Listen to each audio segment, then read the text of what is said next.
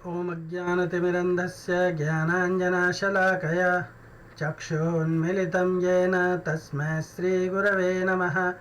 श्रीचैतन्यमनोभीष्टं स्थापितं येन भूतले स्वयं रूपः कदा मह्यं ददाति स्वपदान्तिकं।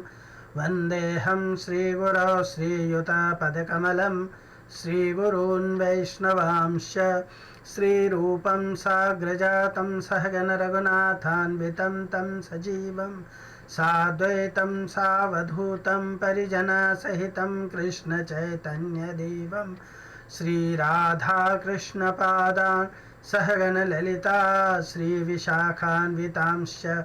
हे कृष्ण करुणा सिन्धु दीनबन्धो जगत्पते गोपीश गोपिकान्त श्रीराधाकान्त नमोऽस्तुते। तप्तकाञ्चन गौराङ्गी श्रीराधे वृन्दावनेश्वरी वृषभानुसुते देवी प्रणमामि हरिप्रिये। वाञ्छाकल्पतरुभ्यश्च कृपा सिन्धुभ्यैव च पतितानां पावनेभ्यो वैष्णवेभ्यो नमो नमः। जय श्री कृष्ण चैतन्य प्रभु नित्यानंद श्री अद्वैत गदाधर श्रीवासादि गौर भक्त वृंद। हरे कृष्णा कृष्णा कृष्णा हरे हरे, हरे राम राम राम हरे हरे। हरे कृष्णा। आज उपदेशामृत के पहले श्लोक से चर्चा आरंभ करते हैं।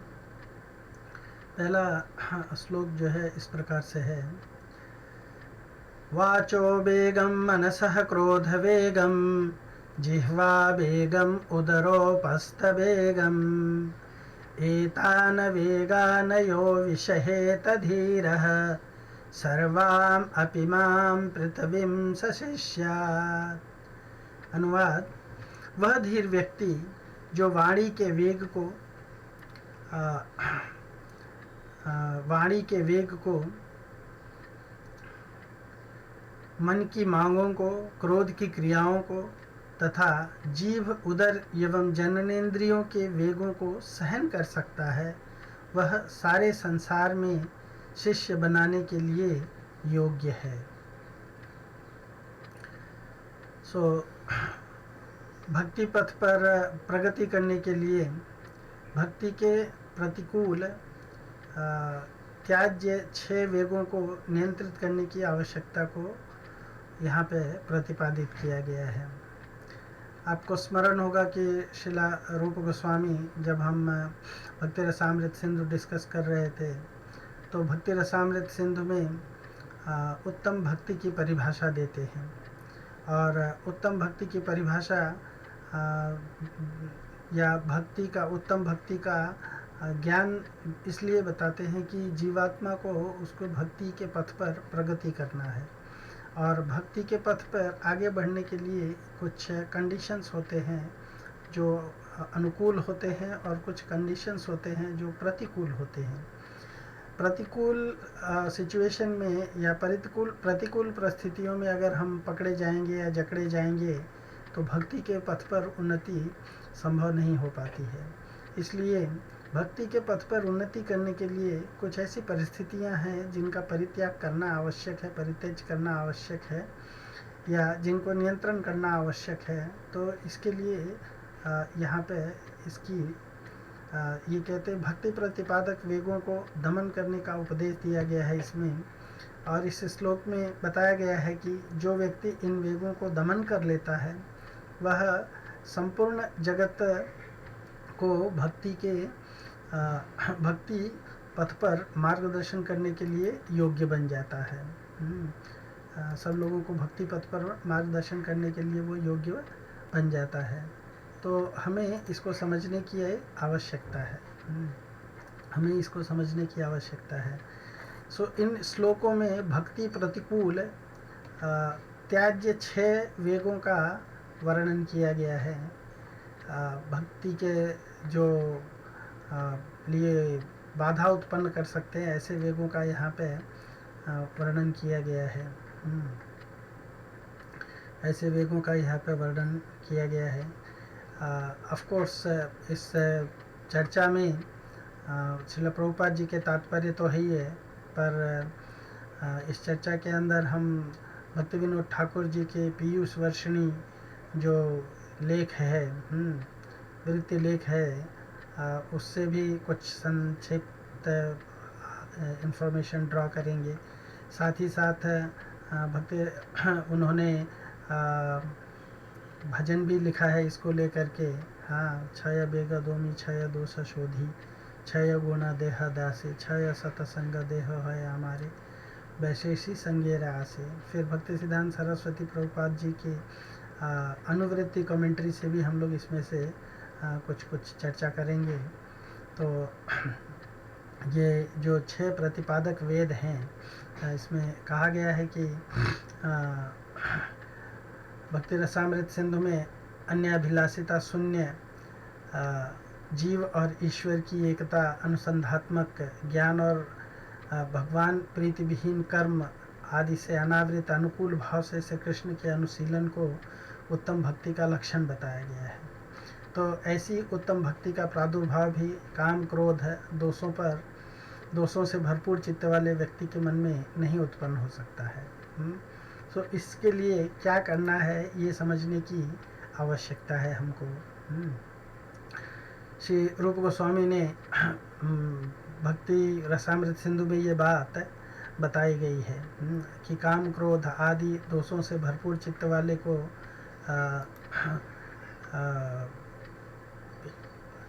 चित्त वाले व्यक्ति को भक्ति प्राप्त होना बड़ा कठिन है। इसलिए पद्म पुराण में कोट करते हुए रूप गोस्वामी जी बताते हैं कि शोक अमर्ष आदि भीर्भावेर आक्रांतम यस्य मानसम तत्रम कथम तत्र मुकुंदस्य स्फूर्ति संभावना भवेत्।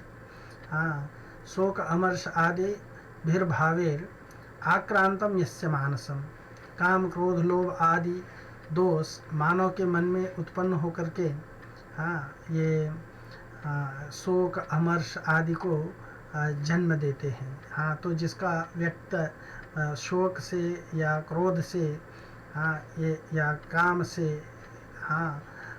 लोभ मोह मात्सर्य से आक्रांत है, आक्रांत है मतलब दमित है, जिसका मन, तो कथन तस्य मुकुंदस्य स्फूर्ति संभावना भवेत्। तो उसको मुकुंद की भक्ति की भावना कैसे जागृत हो सकती है।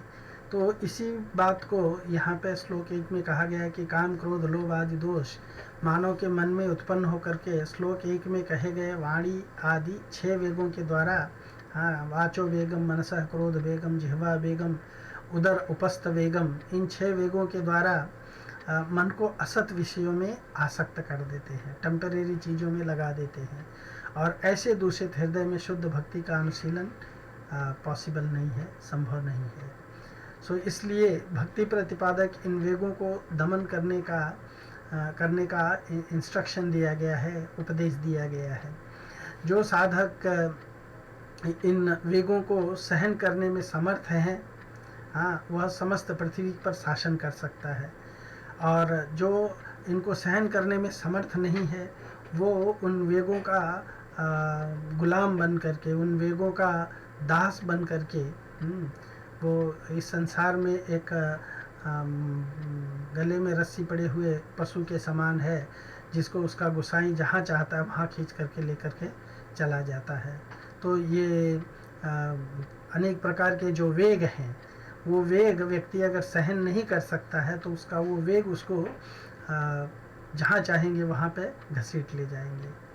तो इसका तात्पर्य यह है कि इन वेगों को सहन करने वाले जितेंद्रिय साधक एकांतिक शुद्ध और उत्तम भक्ति के द्वारा जगत के सभी जीवों को पवित्र कर सकता है। पर जो व्यक्ति इनको कंट्रोल कर सकता है, वो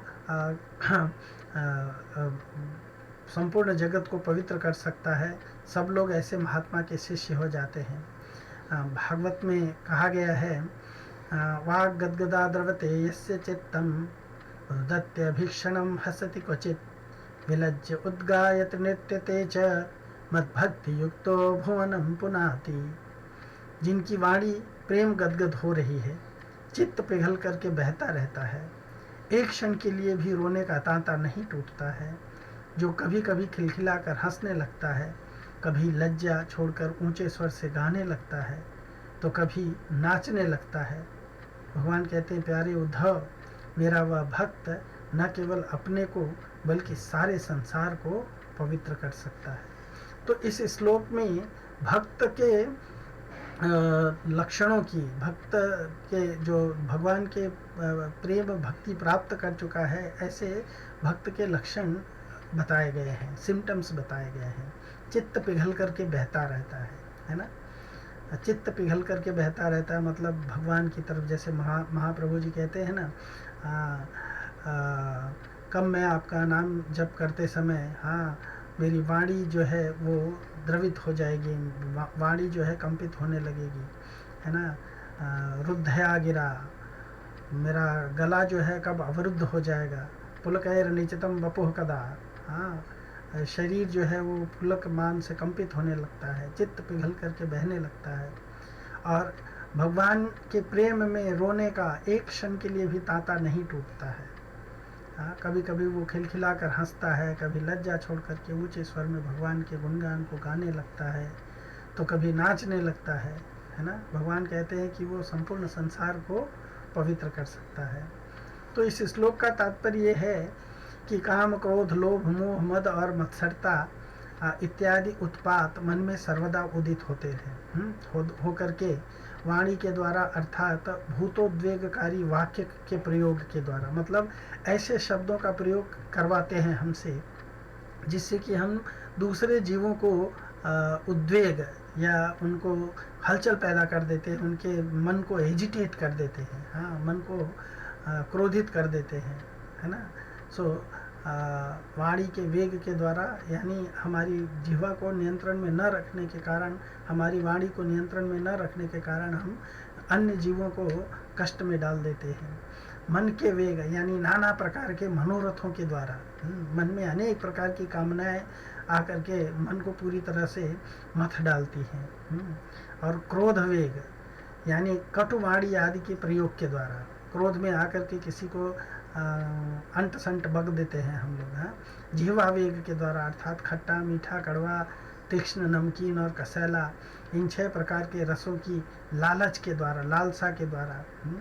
प्रभुपाद जी आगे चल करके बताते हैं कि किस तरह से इन वेगों को नियंत्रित करने के लिए, उदर वेग के कारण व्यक्ति जो है दूसरे बड़े बड़े लोगों के घराने में जा कर के सिर्फ इसलिए उनका आमंत्रण स्वीकार करते हैं कि वहाँ पे अच्छा खाने को मिलेगा।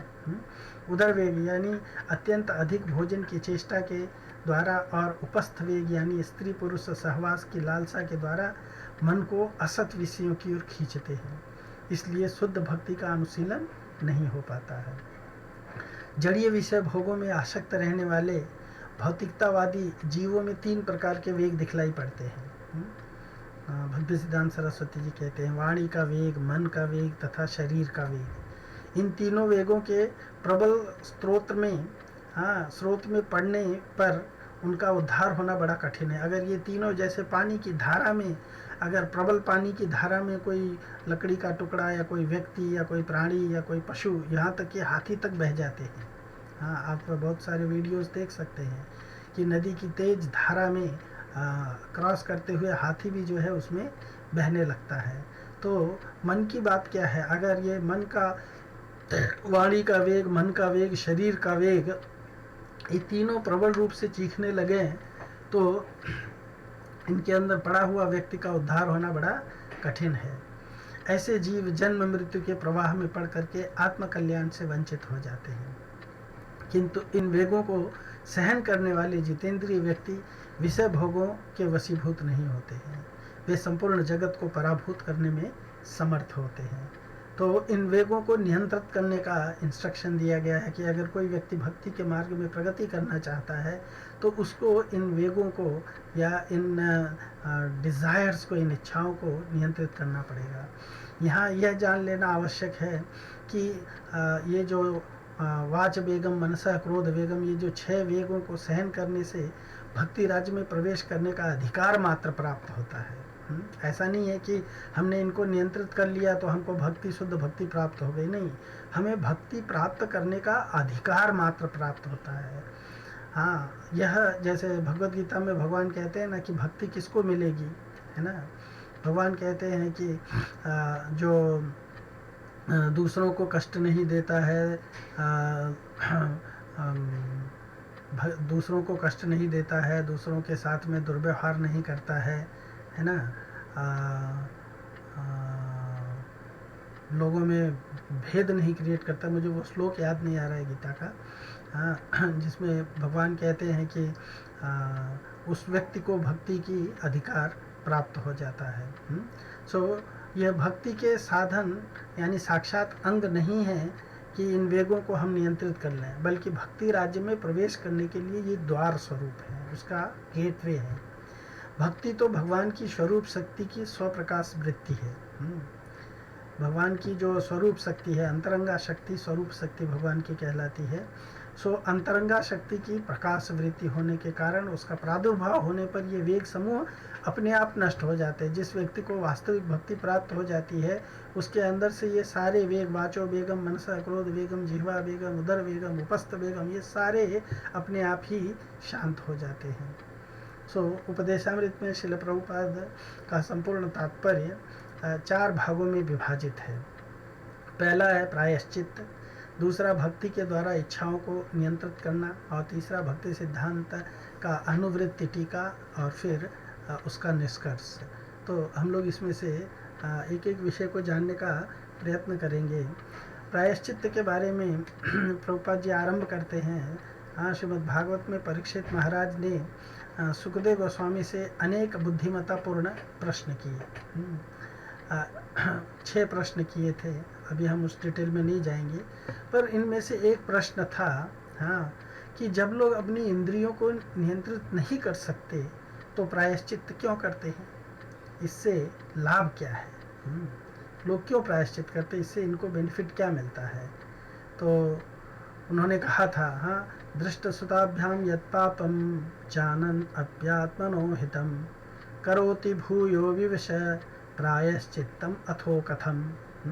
यह जानने के बावजूद भी कि पाप कर्म घातक होता है, और यह देख कर भी अपराधी को सरकार द्वारा सजा होती है और लोगों से अपमान सहना पड़ता है, और शास्त्र तथा संतों से यह सुनकर कि पापी जीवों को नरक में ताड़ना होती है, और बार बार प्रायश्चित करने के उपरांत भी यदि कोई पाप कर्म में लगता है तो उसके प्रायश्चित का अर्थ क्या है।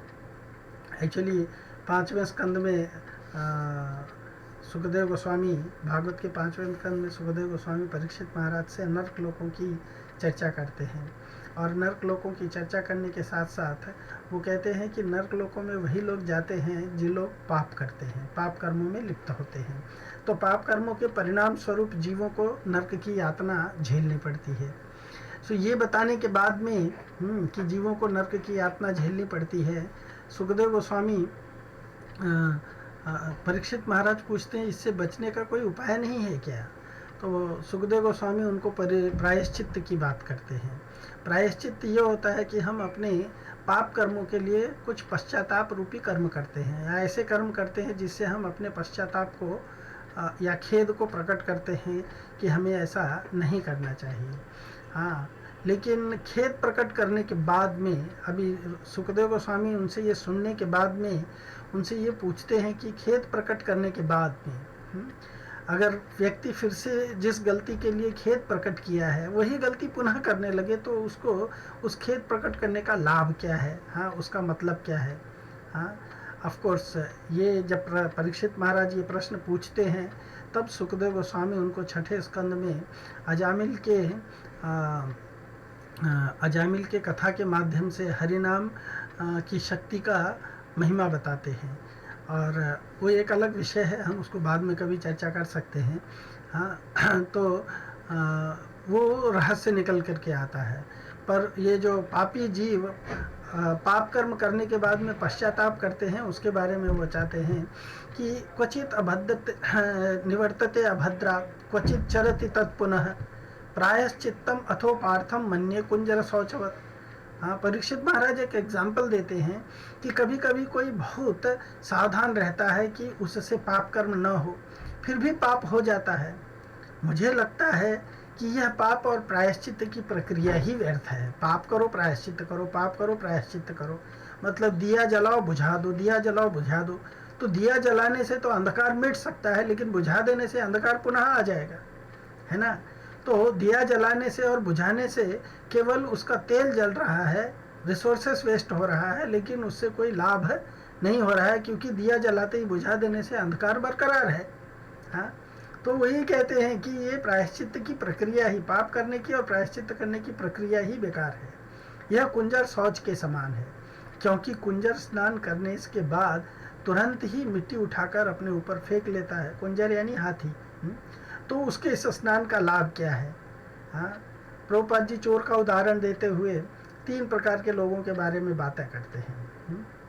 3 प्रकार के लोगों के बारे में बताते हैं कि बुद्धिमान व्यक्ति वह होता है जो एक बार सुनकर के ज्ञान का अनुभव कर लेता है और उसके अनुसार आचरण करता है। तो उसी तरह से कहते हैं कि एक तरह का चोर होता है जो सजा पाने के बाद में चोरी से निवृत्त हो जाता है, चोरी के कृत्य में नहीं लगता है, क्योंकि वो चोरी तभी करता है जब उसको ज्ञान नहीं होता है ना। और दूसरा कम बुद्धिमान व्यक्ति होता है, वह होता है जो देख करके ज्ञान का तो अनुभव कर लेता है। एक व्यक्ति जो है, हाँ, सुन करके ज्ञान का अनुभव कर लेता है। दूसरा जो है अनुभव करने के लिए उसको एक्सपीरियंस करना पड़ता है। अनुभव करने के लिए उसको एक्सपीरियंस करना पड़ता है, तो वो देख करके अनुभव कर लेता है। यानी एक चोर होता है जो ये सुन करके कि चोरी करना पाप है, वो सुधर जाता है। दूसरा चोर होता है जो मार खाने के बाद सुधरता है, और तीसरा चोर होता है जो मार खाने के बाद भी नहीं सुधरता है। तो वो मूर्ख व्यक्ति कहलाता है ना। वह होता है जो सुन करके और देख करके भी ज्ञान का अनुभव नहीं कर पाता है। तो ये प्रायश्चित की प्रक्रिया ही बेकार है।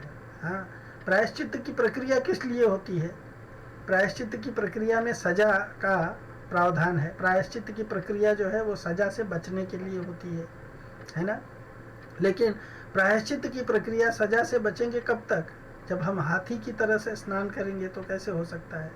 जैसे प्रभुपाद जी एग्जाम्पल देते हैं कि कुछ लोग जो है वो जानते हैं कि भगवान का नाम जपने से, हरि नाम जपने से, महामंत्र जपने से हम अपने विगत पापों से मुक्त हो जाएंगे। तो वो हरि नाम जप करते हैं और पापों से मुक्त होने का प्रयत्न करते हैं। तो वो पाप करते हैं, फिर हरि नाम जपते हैं, पाप करते हैं, फिर हरि नाम जप करते हैं। इसके लिए हरि नाम नाम अपराध है। हाँ, हरि नाम अपराध के 7वें मंत्र इसमें बताया गया है कि नामनो बलाद यस्य ही पाप बुद्धि।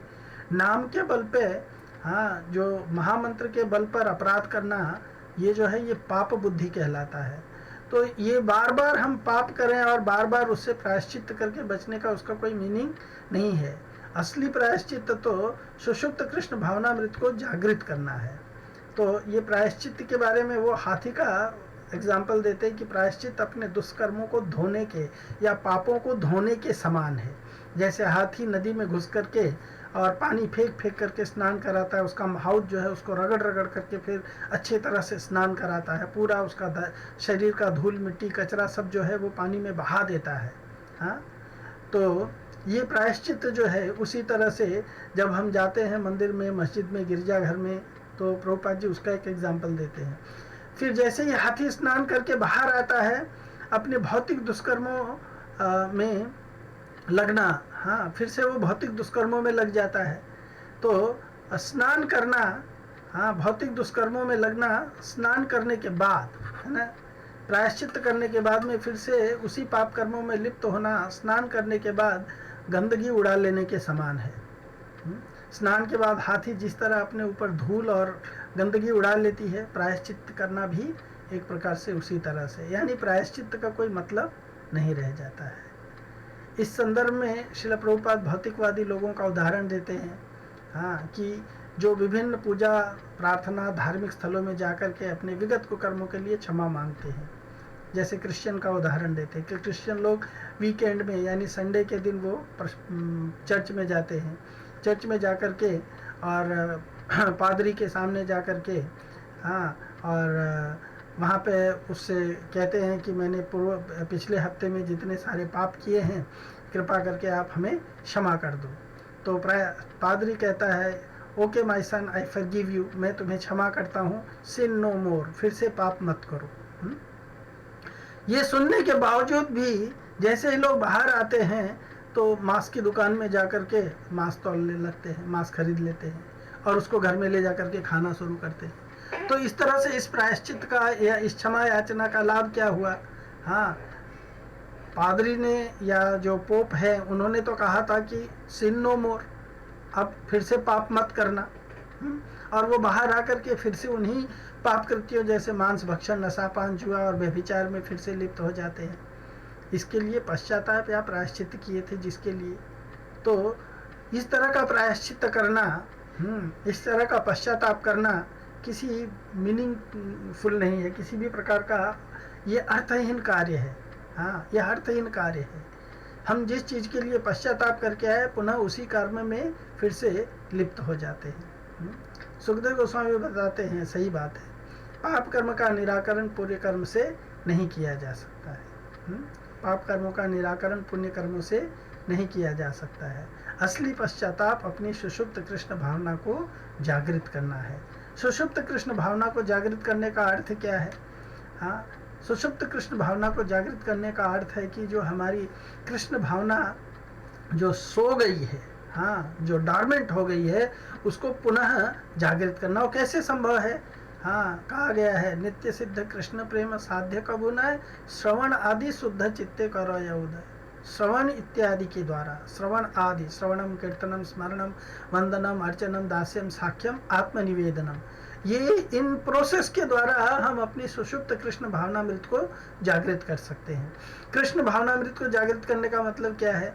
संपूर्ण जगत को कृष्णमय देखना, है ना।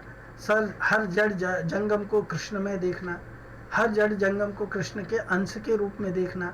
तो जब हमारी दृष्टि सर्वत्र कृष्णमय हो जाएगी तो फिर हम किसी व्यक्ति के प्रति किसी भी प्रकार का पाप कर्म या कष्टकारी कार्य कैसे कर सकते हैं?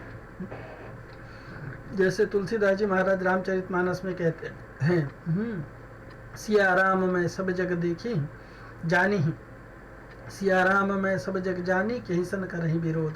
संपूर्ण जगत को मैं सिया राम के प्रकाट्य के रूप में देखता हूँ तो विरोध किससे करूँ? मतलब वो व्यक्ति जो है हर जीव को, है ना, सुनी चैव स्वपाके च पंडिता समदर्शिना, वो समस्त जीवों के प्रति समान दृष्टि रख लेता है ना। एकत्वम अनुपश्यति, सब जगह वो एकत्वम की भावना से जगत को देखता है, जीवों को देखता है। सो कृष्ण भावनामृत में प्रोग्रेस करने के लिए दो तरह की विधि बताई गई है। हाँ, दो तरह की प्रामाणिक विधि बताई गई है। हाँ, एक है स्टैंडर्ड प्रोसेस और दूसरा है जिसके अंदर दो तरह की विधि में एक है ग्रेजुअल प्रोसेस और दूसरा है इजी एंड फास्ट प्रोसेस, है ना। तो कृष्ण भावनामृत की जो प्रामाणिक विधि है, जो स्टैंडर्ड प्रोसेस है कि व्यक्ति कृष्ण भावनामृत में कैसे डेवलप हो सकता है, तो प्रभुपाद जी लिखते हैं कि जब कोई नियमित रूप से स्वच्छ रहने की प्रक्रिया का पालन करता है तो वो बीमार नहीं पड़ता है। यानी अगर कोई हाइजीन को अपने लाइफ में एक्सेप्ट करता है और हाइजीनिक रहने का प्रयत्न करता है तो वो कभी बीमार नहीं पड़ता है। बीमार वो व्यक्ति पड़ता है जो इनहाइजीनिक रहता है या अपने आप को स्वच्छ नहीं रखता है। उसी प्रकार तपस्या युक्त नियमित जीवन से कृष्ण भावनामृत के स्तर तक ऊपर उठा जा सकता है। और तपस्या क्या है? जानबूझ करके उच्च लक्ष्य की प्राप्ति के लिए जानबूझ करके कष्टों को झेलना या कष्टों को सहन करना, शारीरिक कष्टों को सहन करना तपस्या कहलाता है। तो तपस्या युक्त जीवन, हायर लक्ष्य को प्राप्त करने के लिए हम जीवन में कुछ चीज़ों के प्रति जो हमारा मन मांगता है, जो हमारा क्रोध मांगता है, जीवा मांगता है, उदर मांगता है, उपस्थ मांगता है, नैतिक अनैतिक का विचार करके ही हमको उसके बारे में आचरण करना चाहिए। तो ये ग्रेजुअल प्रोसेस है। ग्रेजुअल प्रोसेस यानी क्रमिक वृद्धि, धीरे धीरे धीरे धीरे जो है हम उसकी तरफ बढ़ते हैं। जैसे बताया गया है, इसमें बहुत सारे पॉइंट्स हैं कि ग्रेजुअल प्रोसेस में कैसे उन्नति होती है। तप और ब्रह्मचर्य के जीवन जी करके, भगवद गीता में भगवान कहते हैं तपसा ब्रह्मचर्येण शमेन वा दमेन वा त्यागेन सत्य शौचाभ्याम यमेन नियमेन वा, है ना। त्यागेन सत्य शौचाभ्याम, तो ये सारी विधि जो है, क्रमिक विधि उसी श्लोक से ली गई है समझो। हाँ, तप और ब्रह्मचर्य का जीवन जी करके। तो तप किसको कहते हैं? Voluntary acceptance of inconveniences in the life for higher goal. हाँ, जीवन में जानबूझ करके कुछ इनकन्वीनियंसेस, या जो कुछ असहूलियतें हैं, सहूलियत नहीं है, उनको सहन करना जानबूझ करके किस हायर लक्ष्य की प्राप्ति के लिए, उच्च लक्ष्य की प्राप्ति के लिए, उसको तप कहा जाता है। और ब्रह्मचर्य का जीवन जी करके, यानी ब्रह्मचर्य किसको कहा जाता है? कहा गया है, हाँ, ब्रह्मचर्य के बारे में कहा गया है कि मनसा कर्मणा वाचा, मन से, कर्म से और वचन से, हाँ, सर्वत्र मैथुन त्यागम ब्रह्मचर्यम कथ्यते। हर प्रकार से मैथुन का त्याग करना ब्रह्मचर्य कहलाता है। या ब्रह्मचर्य का एक दूसरा अंडरस्टैंडिंग ये भी है कि ब्रह्मचर्य उसको कहते हैं कि जब व्यक्ति केवल संतानोत्पत्ति के लिए मैथुन कार्य में लगता है, उसके अतिरिक्त अगर वो किसी प्रकार से भी मैथुन के कार्य में नहीं लगता है, तो वो ब्रह्मचर्य जीवन जीता है। तो इस तरह से चाहे कोई गृह त्यागी हो, चाहे कोई गृहस्थ हो, वो हर एक व्यक्ति तप का और ब्रह्मचर्य का जीवन जी सकता है, जिससे उसका धीरे धीरे आध्यात्मिक उन्नति होना संभव है। मनोनिग्रह और इंद्रिय निग्रह के द्वारा, मन के ऊपर नियंत्रण और इंद्रियों पे नियंत्रण, है ना। तो मन का नियंत्रण क्या कहलाता है? मन का नियंत्रण ये कहलाता है कि मन को असत चीज़ों से हटा करके, हाँ, अधर्म से, अधर्म में प्रवृत्ति को से हटा करके मन को धर्म की ओर अग्रसर कराना। हाँ, तमसो माँ ज्योतिर्गमय।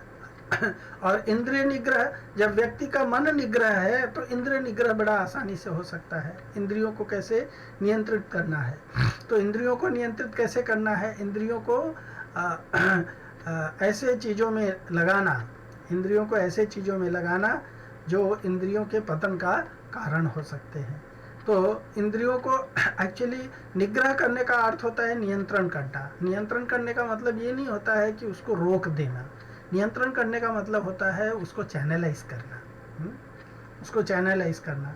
तो मन को चैनलाइज करना है, मन को भगवान के चरण कमल में लगाना है। हाँ, सवय मन कृष्ण पदार विंदयो वाचाम से वैकुंठ गुणानुवर्णने। जिह्वा को भगवान के वाणी का, भगवान के गुणगान को वाइब्रेट करने के लिए और भगवान को अर्पित, श्रीमद तुलसी रसनाम तद अर्पित है, भगवान को अर्पित तुलसी का आस्वादन करने के लिए, भगवान को निवेदित नैवेद्य को प्रसाद के रूप में ग्रहण करने के लिए, आस्वादन करने के लिए।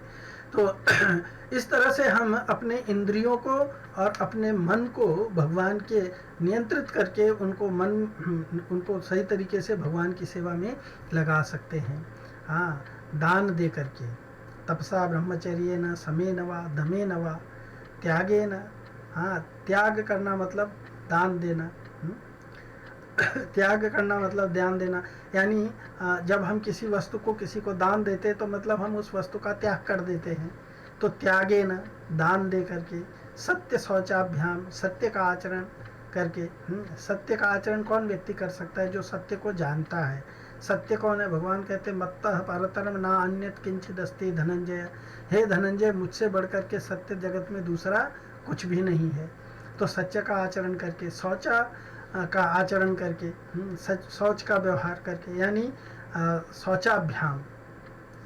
तो आंतरिक शौच और बाह्य शौच। हाँ, बाह्य शौच जो है वो हम पानी साबुन से नहा करके करते हैं, है ना। पानी साबुन तेल इत्यादि से नहा करके करते हैं।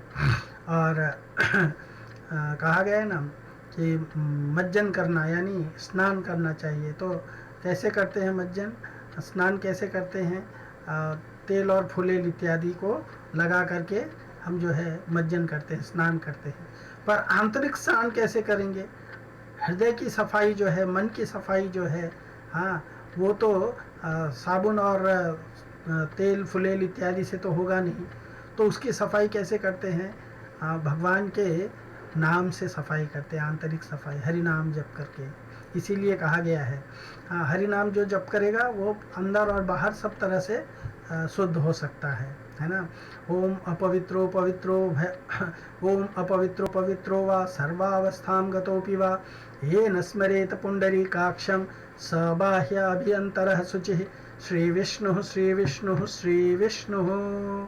तो इस तरह से भगवान का नाम लेकर के हम अंदर और बाहर से पूरी तरह से स्वस्थ हो सकते हैं, स्वच्छ हो सकते हैं, और योगासन का अभ्यास करके। तो योगासन क्या कहलाता है? योगासन कहलाता है कि योग की प्रक्रिया को साधने के लिए कुछ जो नीति नियम हैं उनको योगासन कहलाते हैं, जो 8 प्रकार के हैं, है ना। और उसका सबका लक्ष्य एकमात्र क्या है? समाधि। सम्यक अधीयते अस्मिन् आत्म तत्वम यथामय, यानी अपने आत्म तत्व, यानी हम जो आत्मा जो सच्चिदानंद है, वो जिसका अंश है, उस अंश से एक तदात्म करना, एक आकार करना योगासन का एक्चुअली पर्पस है। तो समाधि को अटेन करना आत्म तत्व से। तो इस तरह से ये ग्रेजुअल विधि है, धीरे धीरे धीरे धीरे व्यक्ति जो है एक एक करके आगे बढ़ता है। पर दूसरी जो है ये क्रमिक विधि के अलावा दूसरी विधि है जो फास्ट है और तेज है और बहुत इजी है। इजी और फास्ट प्रोसेस क्या है? शुद्ध भक्तों का संग करके, शुद्ध भक्तों का संग करके।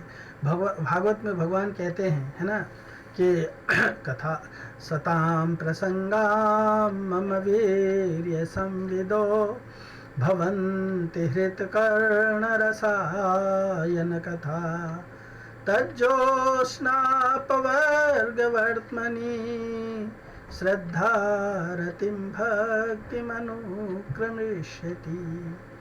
तो भगवान खुद ही बताते हैं कि शुद्ध भक्तों के संग में बैठ करके मम कथा, मेरी पौरुष की कथा को श्रवण करो।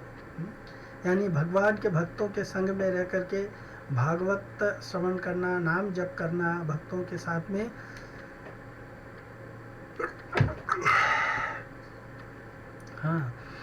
तो शुद्ध भक्तों का संग करके, फिर 4 नियमों का पालन करके। 4 नियम जो प्रभुपाद जी बताए हैं, अवैध मैथुन नहीं करना, मांसाहार नहीं करना, नशापान नहीं करना, जुआ नहीं खेलना। ये क्यों नहीं करना चाहिए? ये 4 नियमों का पालन क्यों? क्योंकि धर्म का जो घर है, धर्म का जो घर है वो 4 स्तंभ पर टिका हुआ है। और वो 4 स्तंभ क्या है? 4 स्तंभ क्या है? सत्य, शौच, क्षमा, सत्य, शौच, तप और दया। सत्य, शौच, तप और दया। तो अगर हम अवैध मैथुन करते हैं तो हम शौच के पिलर को, या शौच का जो स्तंभ है उसको तोड़ डालते हैं। मांसाहार करते हैं तो हम दया का पिलर जो है उसको तोड़ डालते हैं। नशापान करते हैं, नशापान करते हैं तो भी हम जो है जुआ खेलते हैं तो हम सत्य का पिलर जो है वो तोड़ देते हैं। तो सत्य टूट गया, शौच टूट गया। नशापान करते तो शौच का पिलर तोड़ देते हैं, है ना। तो सत्य, शौच, तप और दया, है ना। अवैध मैथुन से तप का पिलर जो है वो नष्ट कर देते हैं। मांसाहार से दया का पिलर नष्ट कर देते हैं। नशापान से हम शौच का पिलर नष्ट कर देते हैं, और जुआ खेलने से हम सत्य का पिलर तोड़ देते हैं। तो इसीलिए अगर अपने घर को, धर्म रूपी घर को बचाए रखना है तो इन 4 चीज़ों का निश्चित रूप से पालन करना चाहिए, है ना। इन 4 चीज़ों का पालन करने से ही हम अपने जो हाउस ऑफ हमारा रिलीजियस एक्टिविटी है, धर्म कृत्य है, जो हम उसको बचाए रख सकते हैं। फिर कहते हैं कि केवल इतना ही नहीं, इससे आगे बढ़ना है। अधिकृत गुरु के निर्देशन में भगवत सेवा करना है, भगवान की सेवा करना है। और वो भी कैसे? अपने मन मर्जी से नहीं, बल्कि योग्य और बोनाफाइड गुरु के निर्देशन में। तो ये विधि श्रील रूप गोस्वामी द्वारा अनुमोदित है, श्री प्रभुपाद जी बताते हैं। तो इस विधि का पालन करने से हम धीरे धीरे धीरे धीरे नहीं बल्कि बड़ी तेजी से, धीरे धीरे नहीं बल्कि बड़ी तेजी से हम भक्ति के मार्ग में या धर्म के मार्ग में प्रोग्रेस करेंगे। तो अब हम लोग ये जो 6 वेग बताए गए हैं उनके बारे में थोड़ा थोड़ा जानने की कोशिश करेंगे। आज के लेक्चर में हम लोग सिर्फ वाच वेगम के बारे में थोड़ा सा चर्चा करेंगे। वाचो वेगम या वाणी का वेग, तो जब हम वाणी के वेग की बात करते हैं तो हमारा अभिप्राय व्यर्थ की बातों से होता है। व्यर्थ की बातों से, जिसको प्रजल्प भी कहा जाता है। आगे चल करके इसकी चर्चा होगी। प्रजल्प नियमाग्रह जनसंगश्च लौल्यम च, हाँ, षड्वीर भक्ति विनश्यति। तो व्यर्थ की बातें प्रजल्प होती हैं, है ना। उसको वाणी की वेग की बात करते हैं तो हमारा अभिप्राय उन प्रजल्पों से होता है, उन व्यर्थ की बातों से होता है। जैसे निर्विशेष मायावादी दार्शनिकों की बातें सुनना, या उन भौतिकवादी व्यक्तियों की बातें सुनना जो बिना रोक टोक के जीवन का भोग करना चाहते हैं। ऐसी समस्त बातें या साहित्य वाणी के वेग का व्यवहारिक प्रदर्शन है। अगर कोई व्यक्ति इस तरह की बातों में लिप्त होता है, इस भौतिकवादियों के चक्कर में पड़ा रहता है, तो मतलब ये है कि उसकी वाणी को नियंत्रण नहीं कर पा रहा है। अनेक लोग व्यर्थ की बातें करते रहते हैं और व्यर्थ की पुस्तकें लिखते रहते हैं। ये सब वाणी के वेग का परिणाम है। इस प्रवृत्ति को निष्क्रिय करने के लिए हमें अपनी बातों को कृष्ण कथा की ओर मोड़ना होगा। ये श्रील भक्ति सिद्धांत सरस्वती जी हमें ये निर्देशन देते हैं, ये हमें सलाह देते हैं। वाणी के वेग को नियंत्रित करना, एक्चुअली प्रभुपाद जी कहते हैं कि एग्जाम्पल देते हैं कि वाणी का वेग को नियंत्रित करना विशेष करके मेढकों के टर्राने से इसकी तुलना की है। कि सांसारिक लोग जो ऐसे चिरपिंग करते रहते, बातें करते रहते हैं, फालतू बातें करते रहते हैं, इकोनॉमिक अफेयर्स की, पॉलिटिकल अफेयर्स की, सोशल अफेयर्स की, हाँ, किसी के निंदा स्तुति इत्यादि की, तो ये सब जो है वो मेढकों के टर्राने की तरह से है। या मायावादी दार्शनिकों के बोलने या लिखने की प्रवृत्ति भी मेढकों के टर्राने की तरह से कहलाती है। मेढक टर्राता है, किस लिए टर्राता है? टर्राने का उसका उपयोग क्या है? हाँ, मेढक जो है उसको लगता है कि मैं टर्रा करके अपने सुख के लिए अपने मीट को बुला रहा हूँ, लेकिन वो किसको बुलाता है? वो किसको बुलाता है? वो मेढक जो है टर्रा टर्रा करके केवल अपनी मौत को दावत देता है। वाणी के वेग को नियंत्रित करना, प्रभुपाद जी लिखते हैं कि ये सब, कुछ लोग सोचते हैं कि वाणी के वेग को नियंत्रित करना मतलब मौन धारण कर लो, या जिसको स्वतः आरोपित चुप्पी कहते हैं, मौन धारण कर लो। मुझे याद है कि मैं एक बार हरिद्वार गया था, तो वहाँ सप्तर्षि घाट पे गए थे। आज तो सप्तर्षि घाट पे काफ़ी भीड़ भड़का है, लोगों ने बड़े घर बना लिए, गांव के गांव बस गए हैं। पर जब हम उस समय गए थे तो उस समय सप्तर्षि घाट एक पूरा जंगल एरिया जैसा था, वहाँ कुछ नहीं था। धीरे धीरे कुछ घर बन रहे थे, हाँ। और वहाँ पे बहुत सारे गंगा नदी के किनारे भांग के पूरे जंगल उगे हुए थे, और उन जंगलों में हमने देखा कि बहुत सारे साधु लोग नंग धड़ंग या कोई केवल कॉपिन पहन करके वहाँ पे वो भांग को रस चूस चूस करके, और वहाँ पे नशे में पूरी तरह से भांग का सेवन करके नशे में पड़े हुए, बहुत कोई लेटा हुआ है, कोई गा रहा है, कोई हंस रहा है, और गंगा के किनारे पड़े हुए हैं। तो उसी में हमें एक यंग लड़का भी दिखाई दिया जो साधु के वेश में वहाँ पे पड़ा हुआ था। तो चूँकि हम भी उस समय यंग थे, तो मुझे लगा कि ये साधु तो यंग दिखता है, चलो इससे थोड़ी बातें करते हैं। तो मैं गया उसके पास में और उससे जा कर के कुछ बातें करना आरंभ किया। बातें जब मैं करने लगा तो वो कुछ बोल नहीं रहा है। तो मैंने पूछा उसको कि आप कुछ बोल नहीं रहे हो, क्या बात है, क्या आपने मौन धारण किया है? तो उसने कहा कि हाँ, मैं मौन धारण किया हूँ। लिख के दिया उसने, वो पेपर पे पेन से लिख के दिया कि मैं मौन धारण किया हूँ, मैं बोल नहीं बोलूँगा नहीं। लेकिन फिर उसने लिख लिख करके मुझसे बहुत सारे प्रश्न पूछने लगा। आप लोग कहाँ से आए हैं, क्या कर रहे हैं, हाँ, यहाँ कितने दिन रहेंगे, इत्यादि इत्यादि। ऐसा नहीं कि वो कुछ शास्त्र की बातें पूछ रहा है हमसे। आप लोग, हमारे बारे में उसको जिज्ञासा थी कि आप लोग इतने लोग आए हैं, कहाँ से आए हैं, क्यों आए हैं, क्या करने आए हैं, कितने दिन रहेंगे, हाँ, बम्बई में क्या करते हैं आप लोग, इत्यादि इत्यादि। तो उसकी बोलने की प्रवृत्ति है, पर वो जानबूझ करके मौन धारण किया हुआ है, राइट। ये मौन धारण नहीं कहलाता है, क्योंकि आप अपने जिह्वा को तो बांध करके रख सकते हो, लेकिन आप अपने माइंड को क्या करोगे? माइंड तो जोर जोर से बोल रहा है। तो मौन धारण करना या वाणी के वेग को नियंत्रित करने का अर्थ है केवल कृष्ण कथा की बात करना। बोलने की प्रवृत्ति को भगवान कृष्ण के लीला और गुणगान में लगाना। हाँ, राइट, ये असली मौन धारण है। रियल मौन धारण क्या है? कृष्ण कथा कहिबे, कृष्ण कथा सुनिबे, ग्राम्य कथा ना कहिबे, ग्राम्य कथा ना सुनिबे। ग्राम्य कथा ना सुनूंगा और न ग्राम्य कथा मतलब गांव की कथा, इसकी उसकी मेरी तेरी, है ना, इसको ग्राम्य कथा कहते हैं। तो भक्त जो है वो केवल ये मौन धारण करता है कि वो सांसारिकता के अनवांटेड चीज़ों में अपने आप को नहीं लगाएगा, उन सब चीज़ों की चर्चा नहीं करेगा। वो केवल दिन भर बोलेगा पर कृष्ण की कथा बोलेगा। वो वास्तविक मौन धारण करना है। मौन धारण करना ये नहीं है कि सुता आरोपित चुप्पी को ओढ़ लेना। सर्वप्रथम मनुष्य को अपनी वाणी पर नियंत्रण रखना चाहिए। प्रभुपाद जी कहते हैं हमें से प्रत्येक व्यक्ति में बोलने की शक्ति है, और जैसे ही हम अवसर मिलता है हम बोलने लगते हैं। जैसे प्रभुपाद जी श्रीमद् भागवत के प्रथम स्कंद में एक श्लोक आता है, जिसमें सूत गोस्वामी को नैमिषारण्य के सेजेस, नैमिषारण्य के ऋषिगण प्रश्न पूछते हैं, और वो प्रश्न पूछने के बाद में उनका उत्तर देने से पहले सूत गोस्वामी उनका धन्यवाद देते हैं। मुनयः साधु पृष्ठोऽहं भवद्भिर्लोकमङ्गलं यत्कृतः कृष्ण संप्रश्ने ययात्मा सुप्रसीदति। वो कहते हैं कि हे मुनियों, आप लोगों का कल्याण हो, आप लोगों का मंगल हो। आप लोगों ने बहुत बढ़िया प्रश्न पूछा है। हाँ, आप लोगों का प्रश्न जो है वो लोक मंगल का प्रश्न है। इससे आपका मंगल है, पूरे जगत का मंगल है। क्यों? क्योंकि इसमें आपने कृष्ण से संबंधित वाणी प्रश्न किया है। और जो कोई भी कृष्ण से संबंधित चर्चा करता है, प्रश्न करता है, वो लोक मंगल का कार्य करता है ना। तो उसके तात्पर्य में प्रभुपाद जी लिखते हैं कि हर प्राणी बोलना चाहता है, हर प्राणी बोलना चाहता है। सुबह सुबह चिड़िया उठ जाती है और वो चीची चीची करने लगती है, चीची चीची करती है।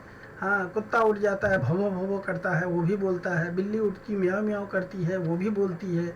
हाँ, उसी तरह से हर प्राणी बोलता है। सांसारिक लोग भी उठते हैं, बोलना शुरू करते हैं। पर लोग क्या बोलते हैं? आहार, भोजन कहाँ है, भोजन ले आओ, ये ले आओ, वो ले आओ, इसकी चर्चा। आहार, निद्रा, भय, मैथुन, ये सब चारों चीज़ों की चर्चा करते हैं। प्रत्येक प्राणी भी इसी चार चीज़ों के लिए चीची चीची चाचा चाचा जो भी कुछ करके करते हैं चर्चा, वो केवल आहार, निद्रा, भय, मैथुन तक ही सीमित रहता है। तो इस तरह से बोलने का लाभ क्या है? उससे बोलने का कोई मतलब नहीं है।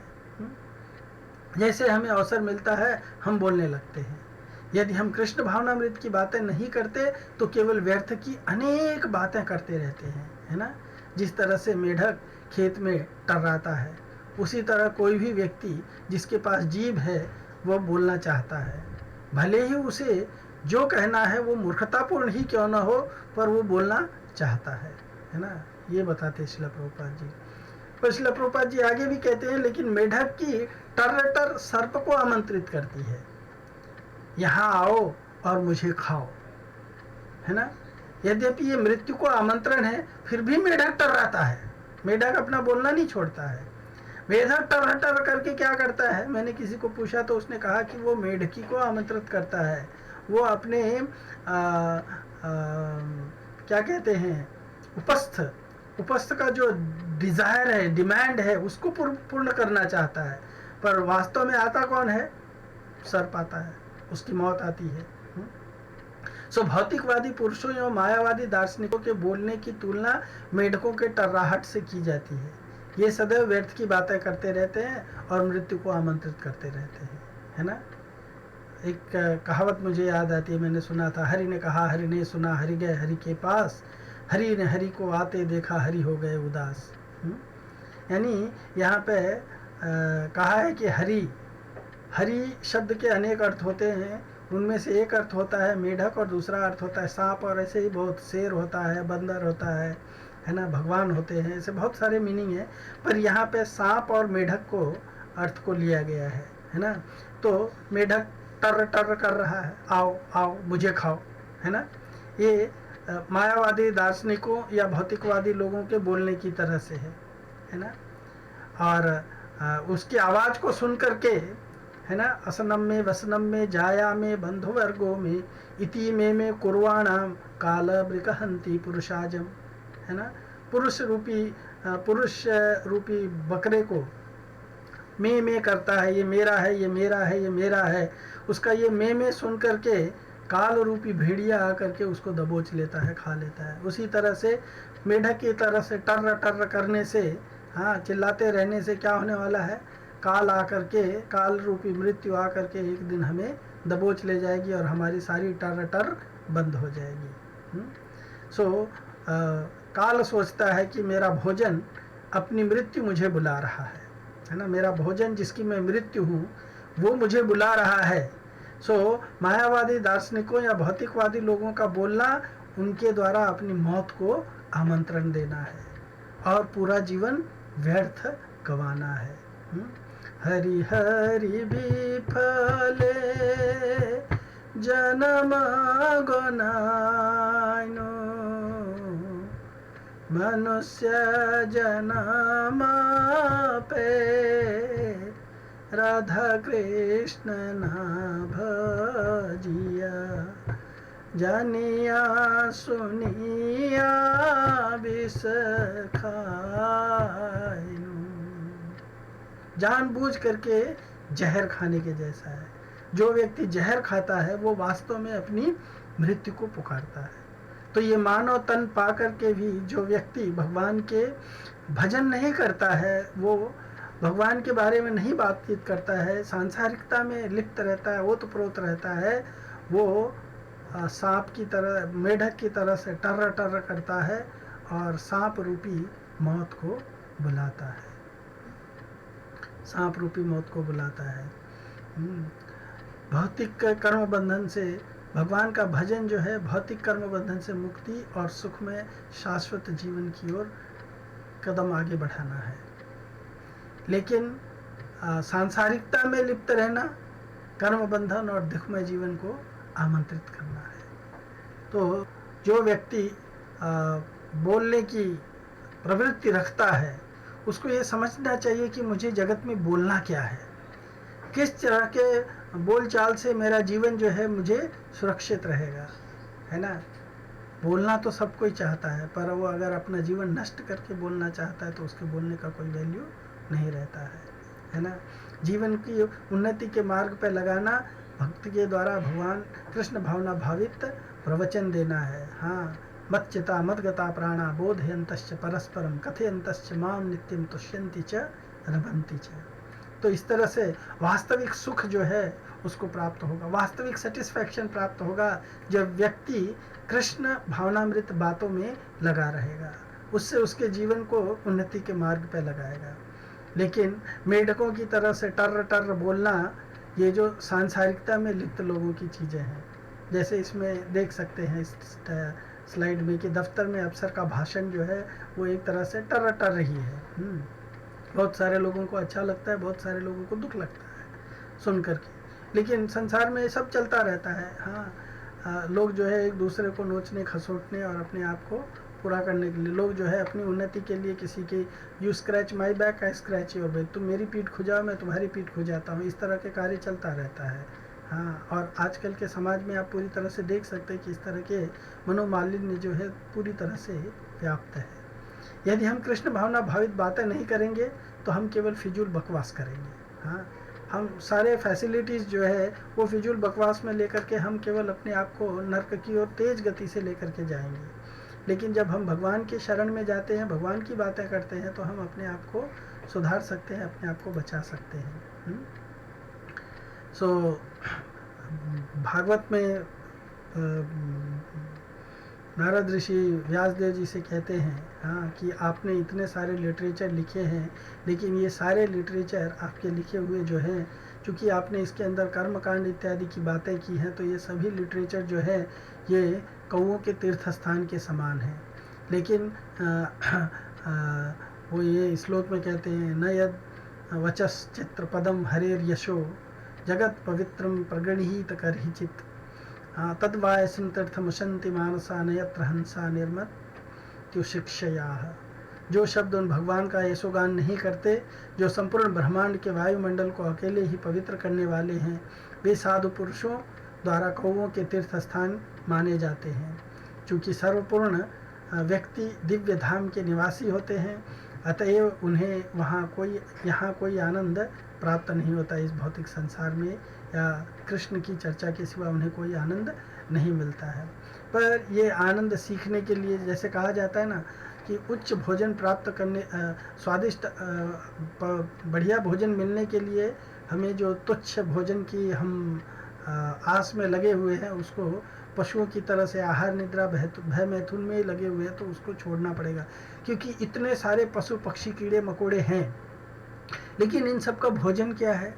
जो इस प्रकृति में जो सबसे निकृष्ट और रिजेक्ट चीज़ें हैं, सड़ी गली चीज़ें हैं, उसी को वो भोजन के रूप में प्राप्त करते हैं। तो अगर हम केवल इन्हीं सब चीज़ों के चर्चा में पड़े रहेंगे तो हमें यही प्राप्त होगा। असली आनंद जो है वो हम नहीं प्राप्त कर सकते हैं। हाँ, तो नारद जी कहते हैं, तद्वाग विसर्गो जनताग विप्लव यस्मिन् प्रतिश्लोकम अबद्धवत्यपि नामानि अनंतस्य यशो अंकितानि यत् शृण्वन्ति गायन्ति गृह्णन्ति साधव। इसके विपरीत वह साहित्य जो अनंत परमेश्वर के नाम, यश, रूप, लीलाओं आदि की दिव्य महिमाओं से के वर्णन से ओतप्रोत होता है, वह एक भिन्न सृष्टि है जो ऐसे दिव्य शब्दों से पूर्ण होती है जिनसे इस जगत की भ्रांत सभ्यता के अपवित्र जीवन में क्रांति लाई जा सकती है। ऐसे दिव्य साहित्य भले ही अपूर्ण रूप से रचा गया हो, वह उन शुद्ध व्यक्तियों द्वारा सुना, गाया तथा स्वीकार किया जाता है जो पूर्णतया निष्कपट हैं। तो जो वाणी को नियंत्रित करने की जो बात है, तो कोई भी व्यक्ति वाणी को तभी नियंत्रित कर सकता है अच्छी तरह से जब वो कृष्ण कथा में अपने आप को, कृष्ण कथा करने में, कृष्ण कथा श्रवण में अपने आप को लगाता है, कृष्ण कथा स्मरण में अपने आप को लगाता है। वाक्य विवेक का तात्पर्य भक्ति विरोधी निर्विशेषवादियों की कल्पनाओं, कर्मकांड में फंसे हुए कर्मकांडियों की, कर्मफल संबंधी शास्त्रीय युक्तियों तथा कृष्ण सेवा पर वचनों के अतिरिक्त अन्य सुख भोग की कामना संबंधी बातों से है। भगवत सेवा प्रयोगी वचनों को वाक वेग नहीं समझना चाहिए। जो भगवान के सेवा में बातचीत की जाती है उसको वाक वेग नहीं चाहिए, बल्कि उन्हें वाक वेग सहन का फल समझना चाहिए। अगर कोई फालतू बातें जैसे कर्मकांडियों के कर्म फल संबंधी शास्त्रीय युक्ति इत्यादि की बातें से बच करके केवल कृष्ण की बातें करता है, तो वो उसको वाक वेग का फल सहन करने का फल मिला है। कभी कभी मौन व्रत धारण करके भी भाव भंगिमा द्वारा या लिख करके जो भोग आदि कामनाएं प्रकट की जाती हैं, जैसा मैंने अभी हरिद्वार का एक एग्जाम्पल किया, वह वाक वेग के अंतर्गत ही आता है। ये अनुवृत्ति भाष्य में भक्ति सिद्धांत सरस्वती ठाकुर जी के कोट से लिया गया है। हाँ, सो जब हम केवल पूर्ण पुरुषोत्तम परमेश्वर की भक्ति में सेवा के विषय में बातें करते हैं, तभी हम व्यर्थ की मूर्खतापूर्ण बातों से अलग रह सकते हैं। और हमें चाहिए कि कृष्ण भावनामृत की अनुभूति प्राप्त करने के उद्देश्य से ही अपनी वाक शक्ति का प्रयोग करें, अन्यथा इसको नहीं करें। तो ये संक्षेप में वाचो बेगम के बारे में हो गया। बाकी जो मनसः क्रोध बेगम, जिह्वा बेगम, उदर उपस्थ बेगम इत्यादि जो वेग हैं, उनके बारे में हम अगले इसमें चर्चा करेंगे। तब तक के लिए आपका बहुत बहुत धन्यवाद। Hare Krishna. Thank you so much.